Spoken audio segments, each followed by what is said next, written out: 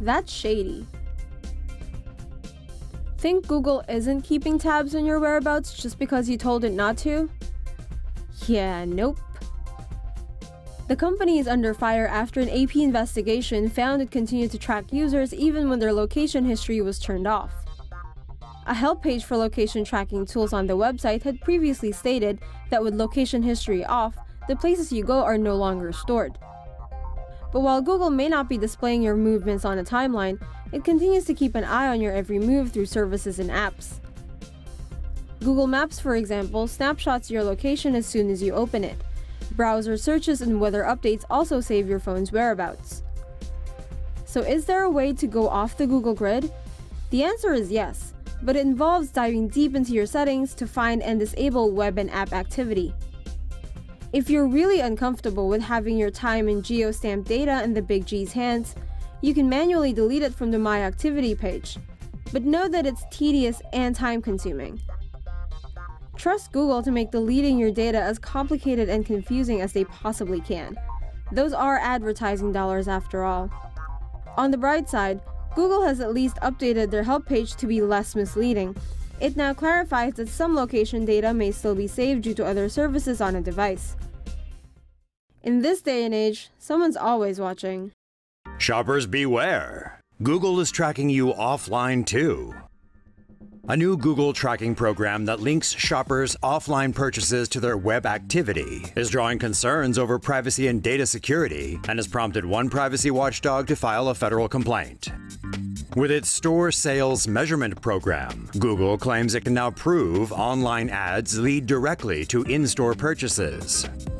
The company used third-party partnerships to obtain access to the debit and credit card records of 70% of American consumers.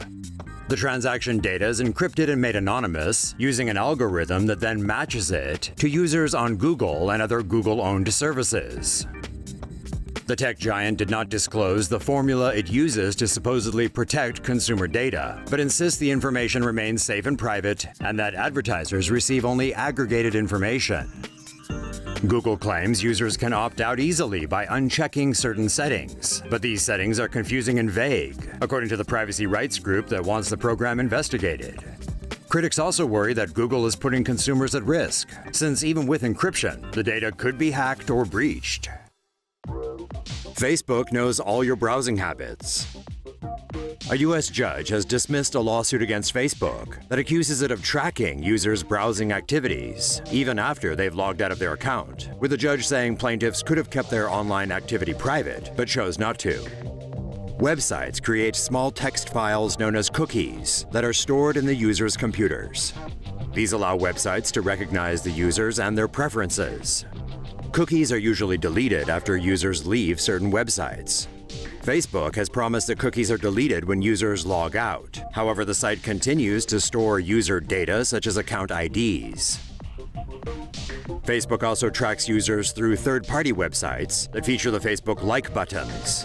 When users visit web pages with embedded like buttons, the browser automatically sends information to both Facebook and the server of the web page.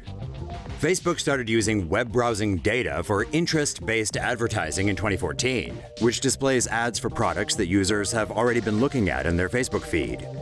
Users can choose to opt out of this type of advertising by modifying their account settings. Some apps might be tracking what you watch on TV.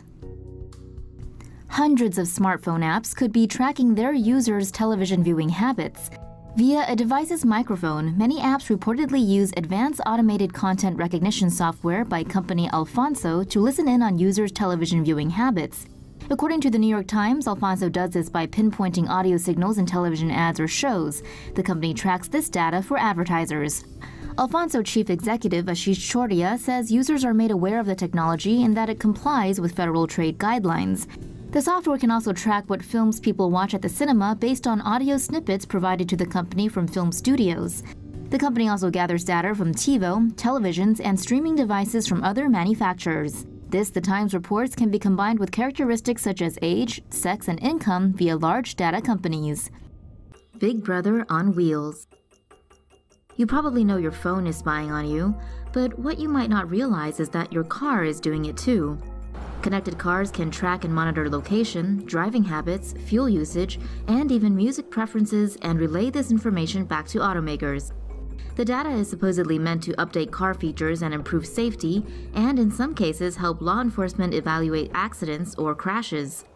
But it also puts consumers at risk. Location data can be used to infer sensitive information about a person's health, religion, or political affiliation, and a unique profile can be developed with enough data points. With no car privacy rule to regulate them, automakers can partner with data firms and generate revenue when the information is sold to third-party companies. Car companies technically inform customers about the data collection, but they're often buried in lengthy contracts. Despite claims that driver data is not shared without consent, a lack of transparency means customers don't know what happens to their data and how exactly it is used.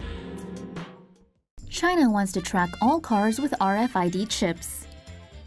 People in the Chinese government are probably the only people in the world who read George Orwell's 1984, if they can find a copy, and say, Oceania sounds like a nice place. They have so much freedom. The Chinese Communist Party is planning to track all new cars using RFID chips in a voluntary program that begins on July 1st. That will become mandatory by 2019. According to the Wall Street Journal, China's Ministry of Public Security and the ministry's Traffic Management Research Institute is working on the new tracking system.